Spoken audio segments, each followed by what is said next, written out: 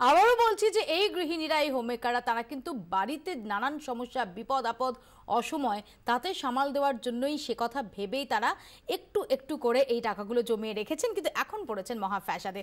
আপনারা আমাদের ফোন করতে পারেন 22342424 এবং 39180087 এই টেলিফোন নাম্বারে। আমার সঙ্গে রয়েছেন এমনই একজন হোমমেকার, স্নিগ্ধা চক্রবর্তী। স্নিগ্ধা, মোটামুটি তো যারা বাড়িতে থাকেন, যাদের সংসারটা সামলাতে হয়, তাদের মনে একটা ভাবনাও থাকে যে হঠাৎ যদি কোনো প্রয়োজন হয়, কারণ যে কোনো সময় বিপদ আপদ আসতে পারে, যে কোনো সময় একটা অসময় আসতে পারে, কখনো হয়তো রোজগারে কোনো ঘাটতি হতে পারে, তখন যাতে সামাল দেওয়া যায়। তো এরকম নিশ্চয়ই আপনিও রেখেছেন কিছু। অবশ্যই, আমার 2 ইয়ার্স অলমোস্ট হতে চললো, মানে বিয়ে হয়েছে। তো প্রত্যেক মাসে কিছু কিছু ভাবে হয়তো হাজবেন্ডের থেকে কোনো কারণ দেখিয়ে নিয়ে বা তার অলক্ষ্যে সরিয়ে তো রাখাই হয়। এই করে তো প্রচুর টাকা হাত সাফাই হয়েছে। এবার যখন মানে এই খবরটা সামনে এলো যে এইরকম টাকা রাত্রি থেকে চলবে না, প্রথমে তো ব্যাপারটাকে অবশ্যই সবার মতো আমিও স্বাগত জানিয়েছি যে বা খুব ভালো একটা পদক্ষেপ। তারপরেই মনে পড়লো, আরে আমার কাছে তো এইরকম অনেক টাকা জমিয়েছি, তাহলে এবার আমি এখন কি করব? তাহলে এটাও কি কালো টাকার মধ্যেই নিশ্চয়ই পড়ছে। এইটাও তো মানে আমার রোজগারে নয়, আমি হাত সাফাই করে একটা জমিয়েছি। তো তারপরে তো আমি সারা রাত ধরে ভাবছি যে কি করব। তারপরে তো এখন তো কিছু করার নেই, বাধ্য হয়ে তো এখন হাজবেন্ডের হাতেই তো মনে হচ্ছে তুলে দিতে হবে। কারণ ব্যাংকে যার লাইন, এবং আমার একটা ছোট বেবি আছে, তো তাকে নিয়ে এখন আমার পক্ষে তো ব্যাংকে অতটা লাইন দেওয়া সম্ভব হচ্ছে না। এবার বাধ্য হয়, আর যেই টাকাগুলো মানে সব থেকে বড় করে হাত সাফাই করেছি, তার মধ্যে কোনো 100 টাকা নেই। বড়োর দিকেই সবাই ভাবে যে 100 টাকা কেন নেবো, একটা 1000 টাকার নোট সরিয়ে রাখি, তাড়াতাড়ি মানে কাজে হবে। তো এখন তো পুরো মাথায় হাত হয়ে গেছে, সব একদম কট রেড হ্যান্ডেড, একদম এখনো ধরা পড়িনি। মানে একটু একটু করে মানে ব্যাপারটা একটুখানি সামলে, 2 দিন ধরে তো আগে দেখলাম কোথায় কোথায় রেখেছিলাম, এইখানে ড্রেসিং টেবিলের ড্রয়ারে, আলমারির কোনো একটা ভাঁজে, 2 দিন ধরে মানে কালেক্ট করলাম কোথায় কোথায় রেখেছি, ভালো করে ঠান্ডা মাথায় বসে আগে ব্যাপারগুলোকে, আগে টাকাগুলোকে আগে কালেক্ট করলাম। এবার দেখি স্যাটারডে সানডে ছুটি আছে, তো কিছু করার নেই, এখন দুঃখ পেলেও তুলে দিতে হচ্ছে, হবে কিছু করার নেই। আমি আসবো, দর্শক আমাদের সঙ্গে টেলিফোন লাইনে অপেক্ষা করছেন, শর্মিলা দত্ত আছেন, বলুন প্লিজ। আচ্ছা, আমি কিন্তু খুব খুশি আমার বোনেদের এই স্পোর্টিং অ্যাটিটিউড দেখে। আমি নিজে চাকরি করি, আমার টাকা সরাবার কোনো দরকার হয় না, কিন্তু আমার বোনেরা তাদের সংসারকে সামলাবার জন্য যে স্পোর্টিং অ্যাটিটিউড দেখিয়েছে, আমি অ্যাপ্রিসিয়েট করছি। এবং আমি বলবো বাড়ির সবাইকে, উইথ দেয়ার হাজবেন্ড, তারা যেন প্রত্যেকে এই ব্যাপারটাকে অ্যাপ্রিসিয়েট করেন। অনেক ধন্যবাদ শর্মিলা, এবং আপনি অত্যন্ত গুরুত্বপূর্ণ কথা বলেছেন, দারুণ। আপনার এই অ্যাটিটিউডটাও নিঃসন্দেহে আমরা অ্যাপ্রিসিয়েট করছি, যেটা বলছেন শর্মিলা দত্ত, যে যারা হোম মেকার, যারা হয়তো নিজেরা রোজগার করেন না, কিন্তু বাড়ির কথা ভেবে যারা এই স্পোর্টসম্যান স্পিরিটটা এখন দেখাচ্ছেন, তাদের বাড়ির লোকজন তারাও যেন এটা বোঝেন যে আসলে পরিবারের জন্যই তারা তিল তিল করে এই সঞ্চয়টা করে রেখেছিলেন। আমাদের সঙ্গে আরেক দর্শক টেলিফোন লাইনে রয়েছেন, প্রদীপ পঞ্চায়েত রয়েছেন, বলুন প্লিজ। হ্যাঁ, আমার ইন্টারেস্টিং খুবই একটা আলোচনা হচ্ছে। মানে এর মধ্যে আমার যাই হোক 20,000 টাকা ইনকাম হয়ে গেল। তাই? মানে সঞ্চয়, বাড়িতে সঞ্চয় 20,000 টাকা ছিল? হ্যাঁ হ্যাঁ হ্যাঁ, ও কখনো চেয়ে নিত বা বাজার করার জন্য নিত, আর কখনো মাঝে মধ্যে হয়তো সরাতো, সেটা জানা নেই। এখন সে ফ্যাসাদে পড়েছে, কি করবে। হ্যাঁ, যাই হোক এটা চেঞ্জ করার জন্য দিয়েছে। যাই হোক আমি বললাম ঠিক আছে চেঞ্জ করব, কিন্তু এটা তো আর ফেরত যোগ্য নয়, এই নোটটা এখন বাতিল হয়ে গেছে। প্রদীপ বাবু, একটা কথা বলি, যে একটা অনুরোধই করি যে এটা চেঞ্জ করে আবারও আপনি আপনার গৃহিণীর হাতেই ফেরত দিন।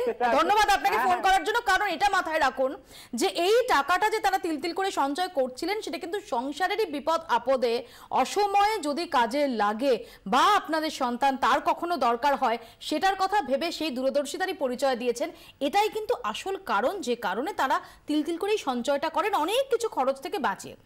নবনীতা দেবসেন, বিশিষ্ট সাহিত্যিক, আমার সঙ্গে এই মুহূর্তে টেলিফোন লাইনে রয়েছে। নবনীতা দি, আমরা আজকে যে বিষয়টা নিয়ে আলোচনা করছি, প্রথমেই স্পষ্ট করে দিই যে হোম মেকার যারা, তাদের এই সঞ্চয়ের অভ্যেসটা, সেটাকে কিন্তু কোথাও আমরা অসম্মান করতে চাই না এবং কোনো অভিপ্রায় নেই।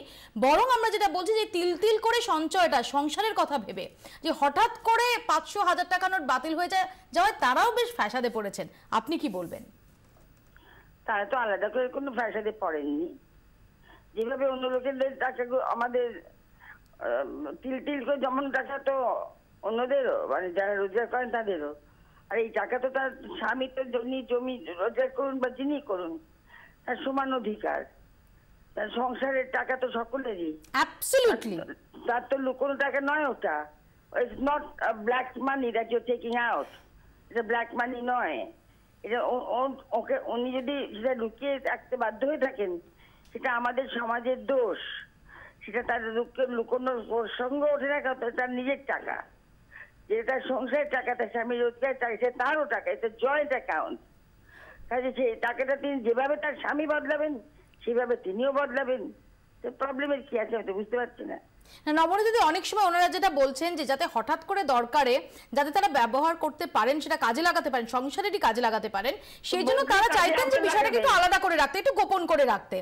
তো ঠিক আছে, তুমি বদলে এনে আবার গোপন করে রাখুন।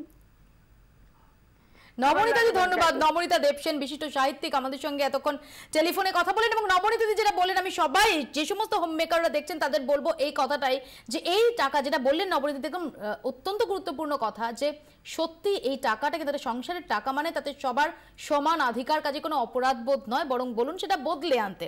আরেক দর্শক আমাদের সঙ্গে টেলিফোন লাইনে রয়েছেন, অপর্ণা কর্মকার, বলুন প্লিজ। হ্যাঁ, আমি অপর্ণা কর্মকার বাঘাযতীন থেকে বলছি। বলুন। হ্যাঁ, আমি হাউস ওয়াইফ নই, আমি একটা নেটওয়ার্কিং বিজনেসের সঙ্গে যুক্ত। তবুও আমি ওনাদের স্বাগত করছি, কেননা একদিন আমি হাউস ওয়াইফ ছিলাম। সত্যি যে কত দরকার হয়, আর হাউস ওয়াইফ তা সবসময় মনে করে, আমি একদিন ছিলাম বলেই আমি জানি যে তারা তাদের কোনো ইনকাম নেই না, তাদেরও ইনকাম আছে। তারা সারা দিন যেইভাবে নন স্টপ অসুস্থতা থাকা শরীরেও তারা কাজ করে যায়, সেই জায়গায় এই পাওনাটা আমি মনে করি প্রত্যেক হাজবেন্ডকে পাশে দাঁড়ানো, যে এই মহিলা সরিয়ে রেখেছে মানে এটাই তার আর্নিং, সেইটা যেন ঠিকঠাক করে জমা পড়ে, সেগুলো যেন কালো টাকা না বলা হয়। অনেক ধন্যবাদ। একদম যা আমার সঙ্গে রয়েছেন স্নিগ্ধা চক্রবর্তী, এবং যারা দেখছেনও যে সমস্ত হোম মেকাররা, তাদের বলবো যে এটা মাথায় রাখুন, যাতে অপরাধের মধ্যে কোনো কারণ নেই, বরং তার পরিবারের লোকজন তাদের ওটা স্পোর্টিংলি নেওয়া উচিত, যেটা নবনীতা দিও বললেন যে এটাতে আসলে সংসারে সবার সমান অধিকার। আরেক দর্শক টেলিফোন লাইনে অপেক্ষা করছেন, বলুন প্লিজ। হ্যালো, হ্যাঁ বলুন। আচ্ছা বলছি কি, আমি বলতে চাইছি অনুষ্ঠানটা খুব ভালো হচ্ছে। হ্যালো হ্যাঁ হ্যালো, আচ্ছা আমার স্ত্রীও সঞ্চয় করে এইভাবে, তাকে বলি তুমি খুঁজে বার করে, এখন আমার দায়িত্ব আমি নিয়ে যাওয়ার। আমার একটাই আপত্তি, এই কালো টাকা বলছেন কেন? না, আমরা কালো টাকা বলছি না, আমরা মজা করে কালো টাকা বলছি। অর্থাৎ যে টাকাটা এতদিন অবধি প্রকাশ্যে হদিশ ছিল না, সূর্যের আলো দেখেনি, সেটা একদম মজা করে। আবারও বলছি, যেটা কোথাও কিন্তু এই টাকাটার প্রতি বা যে উদ্দেশ্যে সঞ্চয় করা হয়েছে, যিনি করেছেন তাদের প্রতি কোনো অসম্মান নেই। এটা জাস্ট একটা মজা, অন আ লাইটার নোট। আমি মৌপিয়ার সাথে কথা বলতে চাইছি। হ্যাঁ, আমি বলছি, মৌপিয়াই বলছি আপনার সঙ্গে। জানি কি? আচ্ছা আচ্ছা, থ্যাংক ইউ ভেরি মাচ। ধন্যবাদ উমাশঙ্কর বাবু, অনেক ধন্যবাদ। আপনারা ফোন করতে থাকুন, আমরাও থাকবো এই আলোচনা। একটা ছোট্ট বিরতির পর ফিরছি, সঙ্গে থাকুন 24 ঘন্টা।